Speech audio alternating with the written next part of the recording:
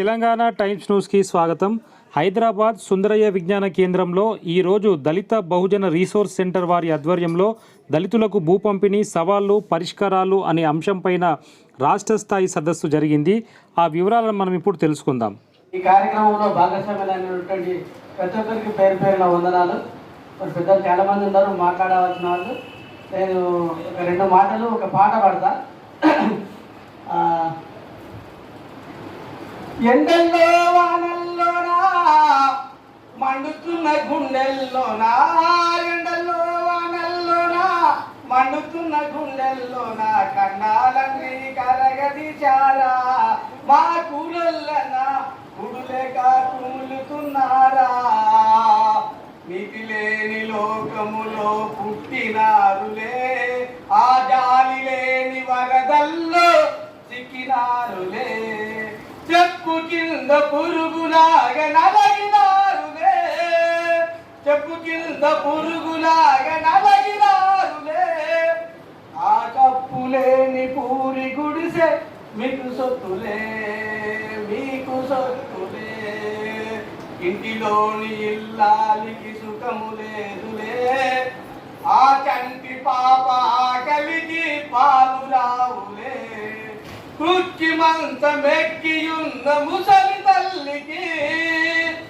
ఎలకింత కూడు నీవు పెట్టలేవులే, పెట్టలేవులే, ఎండల్లో వానల్లోనా మండుతున్న గుండెల్లోనా, ఎండల్లో వానల్లోనా మండుతున్న గుండెల్లోనా కండాలన్నీ కరగదీశారా, మా కూడొల్లన్నా గుడులేక కుములుతున్నారా.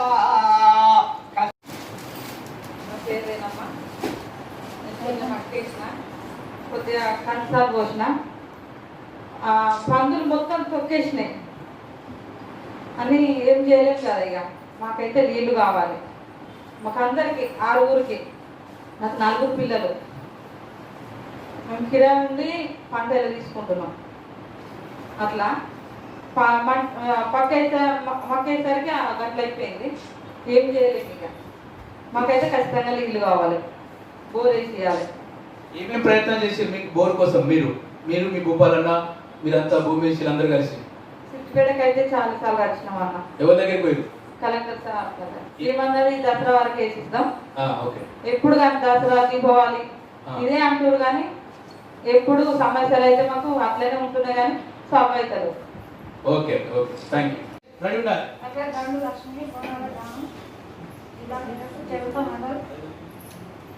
మాకు 21 మందికి మా బోనాల కాడ భూమి తీసాయి. 2 ఎకరాలు 30 గుంటలు 1 ఎకరాన్నర ఇచ్చారు.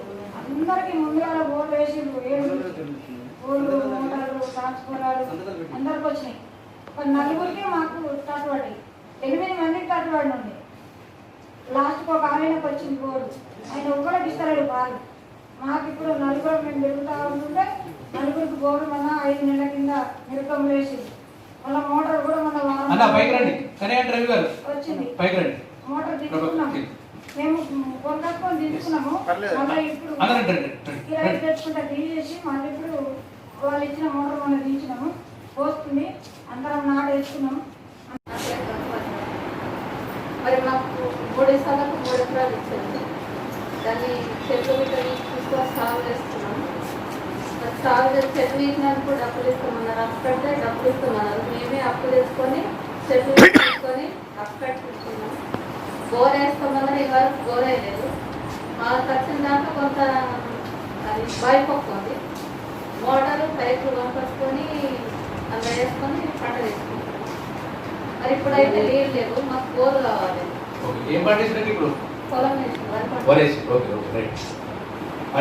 ప్రయత్నాలు మా వైపు చేయడం జరిగింది. గత కొన్ని సంవత్సరాలుగా డిపిఆర్సి గ్రామాలలో పనిచేస్తుంది. ఎల్పిఎస్ కార్యక్రమం గురించి కూడా చాలా విస్తృతంగా పనిచేయడం జరుగుతుంది. సో అది మా కార్యక్రమంలో ఒక రెగ్యులర్ యాక్టివిటీగా మేము ఎల్పిఎస్ రైతులు ఏవైతే భూమి వచ్చినటువంటి మహిళా రైతులందరికీ కూడా కంటిన్యూస్గా మేము ట్రైనింగ్స్ ఇవ్వడము, వ్యవసాయానికి సంబంధించిన శిక్షణలు ఇవ్వడము, తర్వాత ఈ బోర్లు, తర్వాత ఎలక్ట్రిసిటీ, కావాల్సినటువంటి అగ్రికల్చర్ ఇన్పుట్స్ అందుకోవడానికి కావాల్సినటువంటి అన్ని రకాల సహాయాన్ని మా కార్యక్రమం ద్వారా మేము అందిస్తూనే ఉన్నాము. అదేవిధంగా విత్తనాలు కూడా, కూరగాయల విత్తనాలు కూడా ఇచ్చి వాళ్ళని ప్రోత్సహించడము, మహిళా రైతులుగా ఇంకా బాగా ఎదిగేటట్టుగా కావాల్సినటువంటి వాళ్ళ యొక్క శక్తి సామర్థ్యాలకు పెంపుదలకు కావాల్సినటువంటి అన్ని కార్యక్రమాలు కూడా నిర్వహించడం జరిగింది. అయితే ఈ మన భూ పంపిణీకి సంబంధించినటువంటి పథకంలో ఎప్పుడైతే ఈ కార్యక్రమం స్టార్ట్ అయిందో ఆ కార్యక్రమం సంబంధించినటువంటి అన్ని జిల్లా వివరాలను కూడా సేకరించి క్రోడీకరించడం జరిగింది. చూస్తే మనకి ఇచ్చినటువంటి హామీలు కానీ ఇవన్నీ కూడా చూస్తే ఇంకా చాలా మన ఉన్నటువంటి సంఖ్యలు చూస్తే చాలా నివ్వరపోయేటట్టుగా ఉన్నాయి. అయితే మేము తీసుకున్నటువంటి డాటా చూస్తే 2014-15 నుంచి 2020-21 అంటే దాదాపుగా 7 సంవత్సరాలకు సంబంధించిన డాటా అంతా కూడా తీసుకోవడం జరిగింది. అయితే ఎక్సెప్ట్ అర్బన్ జిల్లాలలో మినహా రూరల్ అన్ని జిల్లాలలో కూడా కార్యక్రమంలో ఈ భూ పంపిణీ చేయడం జరిగింది. కానీ అది నామమాత్ర భూ పంపిణీగా మనకి ఈ ఉన్నటువంటి డాటా కన్సాలిడేషన్ ద్వారా మాకు అర్థమవుతుంది. 2014-15 సంవత్సరంలో చూస్తే కనుక 29 జిల్లాలలో మాకు 3 ఎకరాల జాగ్రత్తలు అందులో బోరు మాత్రం లేదు. నేను 3 ఎకరాలు ఖర్చు పెట్టినా అంత ఖరాబ్ అయింది. నాకు 2 పిల్లలు, నాకు ఒక కొడుకు ఒక బిడ్డ, 2 మనవరాలు. ఆ పంట వేసిన తర్వాత కూడా నాకు అనేక మనకు ఆయాసం ఉన్నది. అందులో బోరు మాత్రం లేదు. అటు నుంచి తీసుకోవాలమ్మా, ఇటు నుంచి తీయద్దు.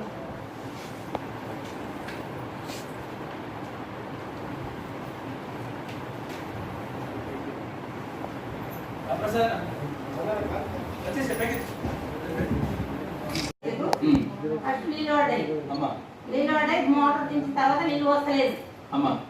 ఎకరం ఇప్పుడు కాపునేమో లేవలింగ్ చేపిస్తామన్నారు, భూమి అచ్చి పట్టిస్తామమ్మా అని అన్నారు. లేవగా లేదు. వరలు, వంపులు, కాయలు అవి గడ్డలు ఉన్నాయి.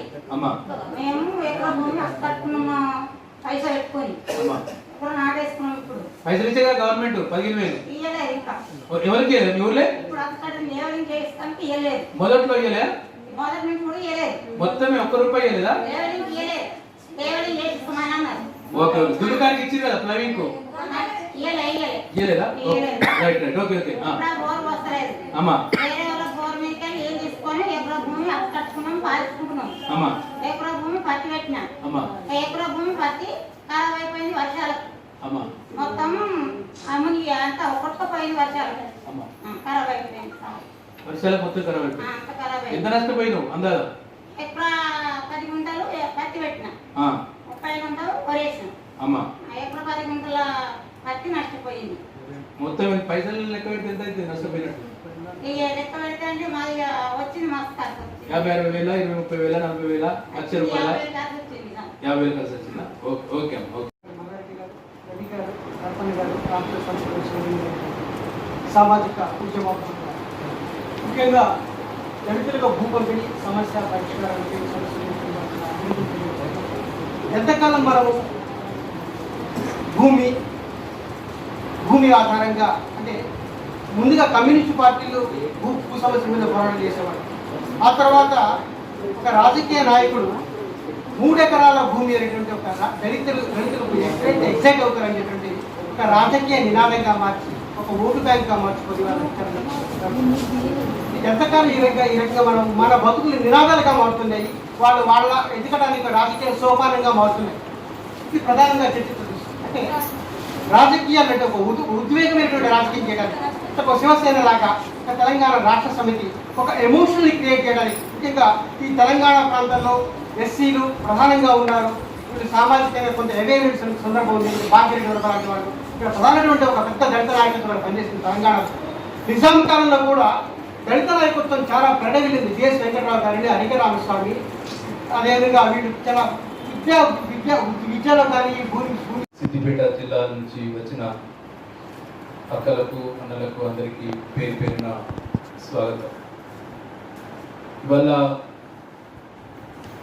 తెలంగాణలో దళితులకు భూ పంపిణీ, సవాళ్ళు, పరిష్కారాలపై ఈ రాష్ట్ర సదస్సు నిర్వహించుకోవడం జరుగుతుంది. అనేక సమస్యలు ఉన్నాయి.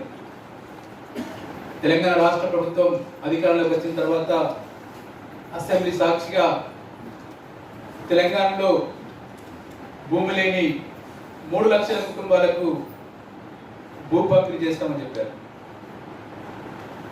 కానీ గత 7 సంవత్సరాల లెక్కలు కనుక, ప్రభుత్వ లెక్కలు కనుక తీసుకుంటే మనకు 6,000 కుటుంబాలు 16,000 ఎకరాల చిల్లరనే పంపిణీ జరిగిన సమస్యలు. ఇక్కడికి వచ్చిన వాళ్ళందరూ భూమి పొందిన వాళ్ళు వచ్చేస్తారు. అంటే ఈ 3 ఎకరాలు ఎవరైతే వచ్చినాయో, 3 ఎకరాల లోపు 3 ఎకరాలు ఎవరైతే వచ్చినో వాళ్ళందరూ ఇక్కడికి రావడం జరిగింది. ఇంకా కూడా వస్తూ ఉన్నారు ఈ హక్కుదారులు. ఇటీవల కాలంలో గత నెల రోజుల నుంచి దళిత బహుజన రిసోర్స్ సెంటర్ ఆధ్వర్యంలో ఒక 10-11 జిల్లాల్లో ఈ సర్వే చేశాం.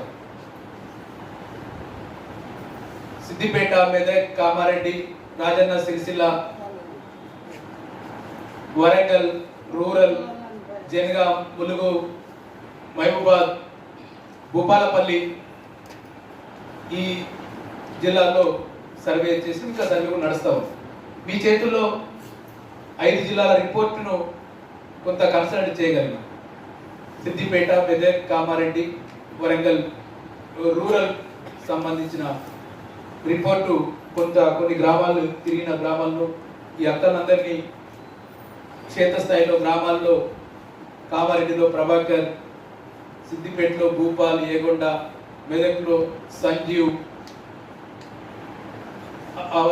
వరంగల్ రాజేందర్ వీళ్ళందరూ కలిసి ఈ హక్కుదారులతో కలిసి మాట్లాడినప్పుడు చాలా సమస్యలు ముందుకొచ్చాయి. చాలా విషయాలు మనతోటి పంచుకున్నారు. ఆ విషయాలన్నింటినీ ఒక నోటుగా ప్రిపేర్గా చేసి ప్రభుత్వానికి ఒక డిమాండ్ల పత్రాన్ని కూడా సమర్పిస్తామని చెప్పి తెలియజేస్తూ ఒక కేస్ స్టడీ చెప్పి నేను ముగిస్తాను. ఒకటి, చాలా మంది చాలా విషయాలు చెప్పారు. ముఖ్యమంత్రి గారు పాలించిన సిద్దిపేట జిల్లాలో బెజ్జంకి మండలం గూడెం అనే ఒక గ్రామం ఉంది.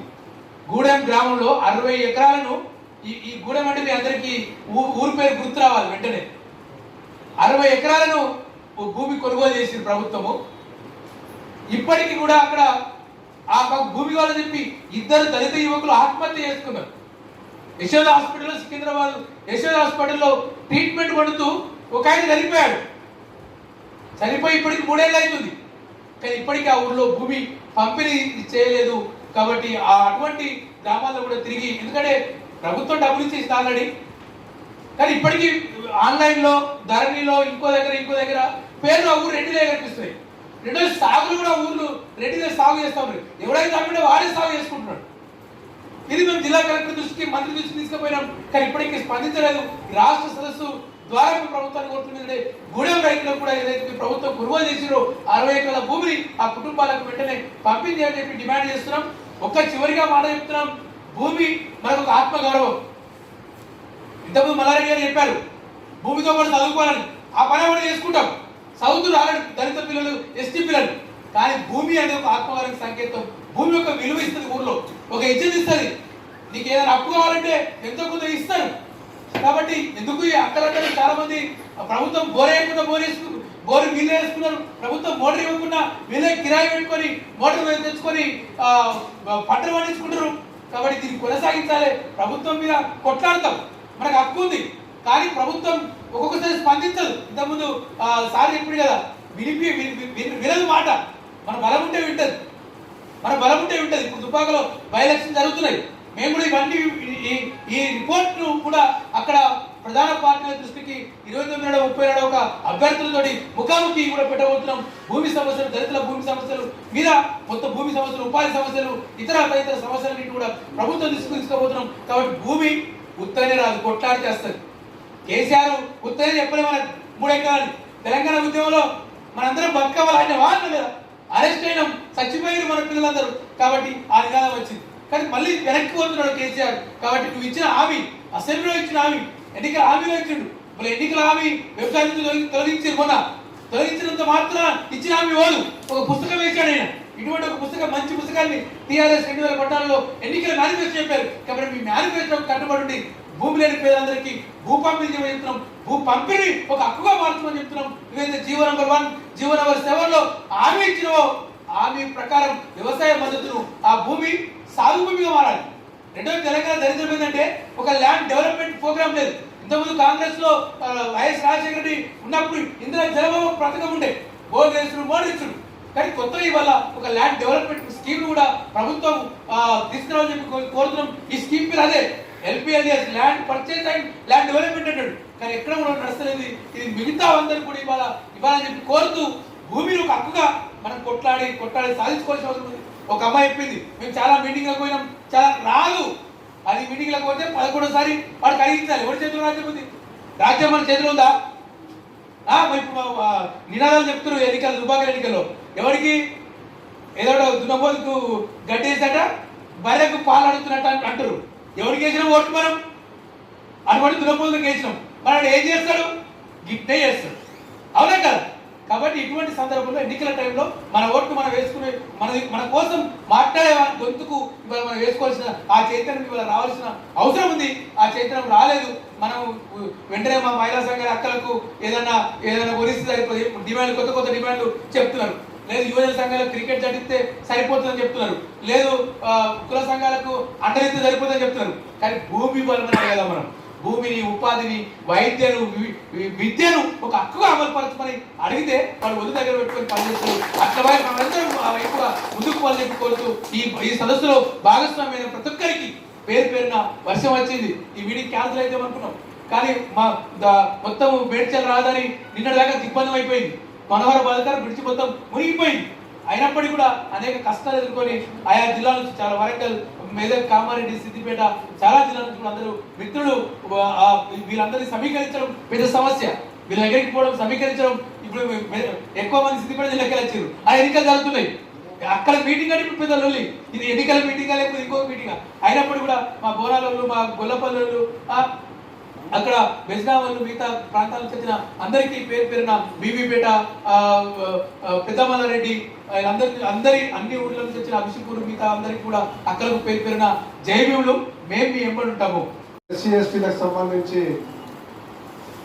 ఆ సమస్యల మీద పోరాటాలు చేస్తున్న సంఘాలు, సంస్థలు చాలా తక్కువ సంఖ్యలో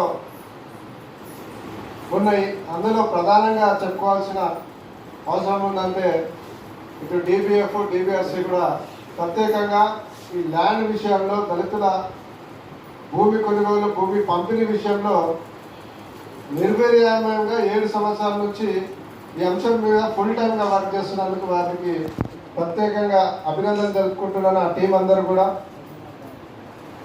చాలా సంస్థలు చూస్తుంటాం, ప్రాజెక్ట్ రిపోర్ట్లో డైరెక్ట్ ప్రాజెక్ట్ రిపోర్ట్ ప్రజెంటేషన్ రూపంలోనే ఉంటుంది. కానీ ఇక్కడ నిజంగా కూడా కార్యకర్తలు ప్రత్యేకంగా గ్రామాలకు విజిట్ చేసి బాధితుల సమస్యలు తెలుసుకొని ఈరోజు ఈ చర్చా కార్యక్రమం నిర్వహించడం వారికి ప్రత్యేకంగా ధన్యవాదాలు తెలియవలసిన అవసరం ఎంతైనా ఉందని తెలియజేసుకుంటున్నాను.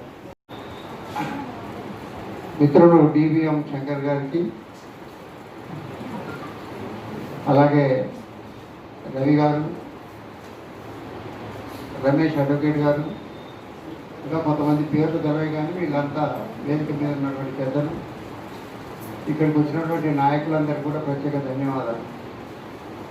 మీరు చాలా కష్టపడి ఈ సర్వే చేశారు. సర్వే అంటే మాటలు కాదు.